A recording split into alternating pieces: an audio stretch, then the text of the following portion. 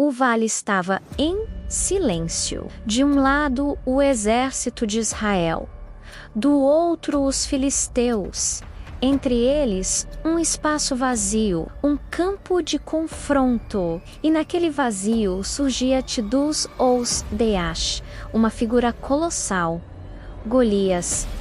A Bíblia descreve sua altura impressionante, sua armadura de bronze, sua lança pesada como eixo de tecelão. Ele não era apenas grande, era experiente, era treinado para a guerra desde a juventude. Durante 40 dias, de manhã e à tarde, ele avançava e lançava o mesmo desafio.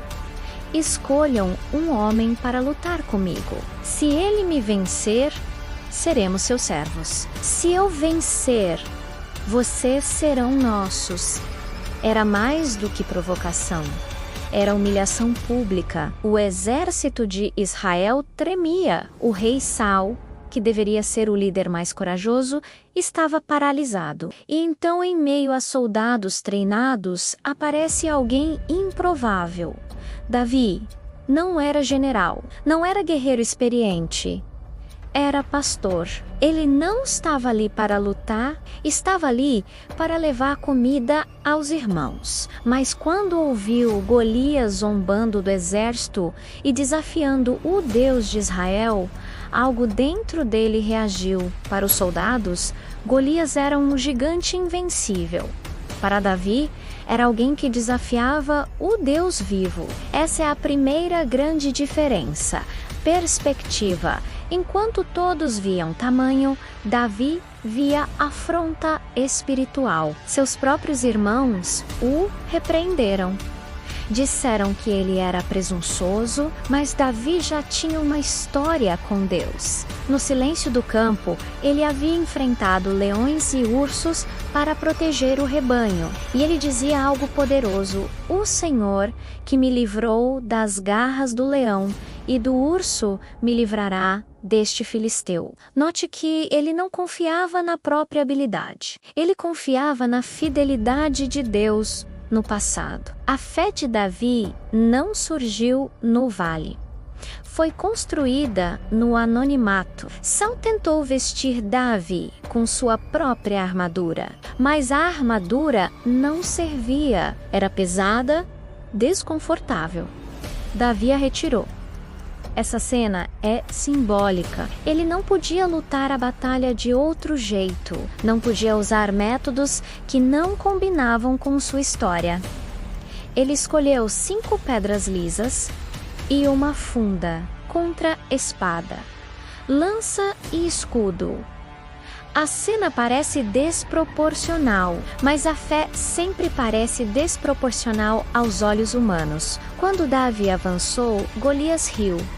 "Sou eu um cão, para que venhas a mim com paus." O gigante via apenas aparência, mas Davi respondeu com uma das declarações mais ousadas da Bíblia: "Tu vens contra mim com espada, lança e escudo. Eu, porém, vou contra ti em nome do Senhor dos Exércitos."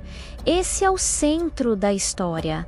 Não é sobre coragem juvenil, não é sobre habilidade confunda, é sobre nome de quem se luta. Golias representava força bruta, Davi representava confiança invisível. Enquanto o gigante amaldiçoava, Davi declarava fé. Ele não pediu negociação. Não pediu estratégia alternativa. Ele correu em direção ao gigante. Correu. Essa imagem é poderosa. Enquanto o exército inteiro recuava há 40 dias, Davi avançou. Uma pedra foi lançada e atingiu a testa de Golias. O gigante caiu com o rosto em terra. A vitória foi rápida, mas o significado foi profundo, porque o que parecia impossível foi quebrado por algo aparentemente frágil. Davi não usou a espada própria, ele usou a espada do próprio Golias para finalizar a batalha. Há um simbolismo ali. O instrumento da opressão se torna instrumento da derrota. O medo coletivo foi substituído por ousadia individual. Quando o gigante caiu, o exército de Israel despertou. A coragem é contagiosa. Um ato de fé pode reacender uma nação inteira. Mas é importante entender, essa história não ensina que fé elimina desafios. Ensina que fé redefine como enfrentamos desafios. Golias continuava grande, mas deixou de ser maior que Deus. A vitória de Davi não foi apenas militar. Foi espiritual, mostrou que tamanho não determina destino, que experiência não garante vitória, que posição não substitui confiança. Saul era rei, Golias era campeão, mas Davi tinha algo que nenhum dos dois tinha naquele momento: dependência total de Deus. Há também uma lição sobre identidade. Golias insultava Israel dizendo: "Eu desafio as fileiras de Israel." Davi interpretou diferente. Ele afronta o Deus vivo, enquanto o exército lutava por honra nacional. Davi lutava por honra divina. Isso muda tudo. Quando a motivação é maior que o ego, a coragem se expande. A história de Davi e Golias é frequentemente reduzida à metáfora motivacional. Enfrente seus gigantes, mas ela é mais profunda que isso. Não é sobre acreditar em si mesmo, é sobre saber em quem você confia. Davi não negava a existência do gigante, ele apenas se recusava a superestimá-lo. A fé não ignora a realidade. Ela coloca a realidade sob outra perspectiva. O vale de Elá tornou-se palco de algo maior que uma batalha. Ali se confrontaram duas cosmovisões: força baseada em aparência e confiança baseada em promessa. Golias era o símbolo do que parece invencível. Davi era símbolo do improvável, mas o improvável sustentado por convicção pode alterar a história. Essa vitória também marcou o início da ascensão de Davi. Ele não buscava trono, mas foi reconhecido, porque a fé genuína não precisa de autopromoção. Ela se revela na ação. Há também uma advertência escondida na narrativa. Nem toda batalha deve ser enfrentada com espada. Nem toda estratégia deve ser tradicional. Davi venceu porque não tentou ser outra pessoa. Ele foi quem era pastor, com funda, com experiência invisível. Quantas vezes tentamos usar armaduras que não nos pertencem? Quantas vezes subestimamos habilidades desenvolvidas no anonimato? A vitória de Davi começou anos antes, no cuidado com ovelhas. Fidelidade no pequeno preparou para o grande. Golias caiu com uma pedra. Mas antes disso, Davi já havia vencido o medo. A maior batalha não era física, era interna. Enquanto soldados experientes tremiam, um jovem confiava. Isso confronta uma ideia moderna: que segurança vem de preparo técnico apenas. A narrativa mostra que preparo espiritual também é decisivo. Quando a fé vence a força, não significa que força desaparece. Significa que força não é absoluta. Golias caiu, mas novos gigantes surgiriam na vida de Davi. E aqui está outra camada importante. A fé que vence um gigante não elimina todos os outros.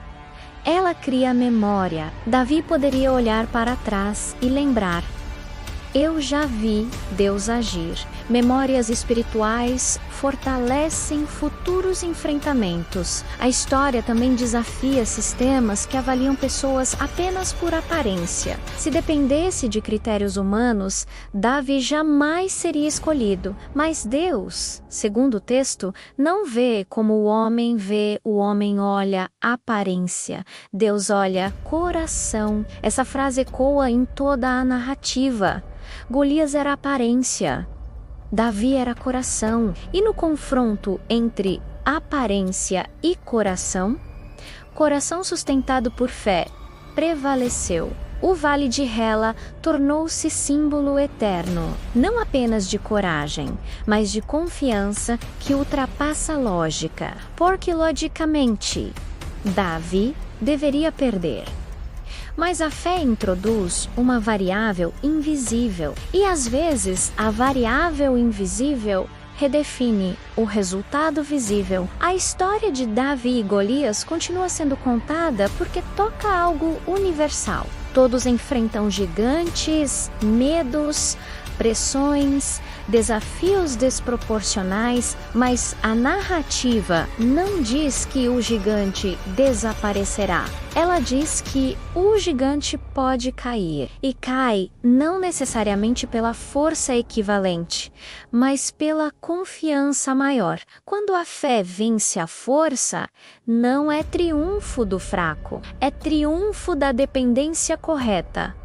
Davi não era fraco, era confiante. E confiança em Deus transforma limitação em possibilidade. No fim, o gigante caiu, mas o que realmente foi derrotado naquele dia foi o medo coletivo. E talvez essa seja a maior vitória. Porque quando o medo cai, a nação se levanta. E tudo começou com alguém disposto a correr em direção ao impossível. Não porque se achava capaz, mas porque sabia em quem confiava.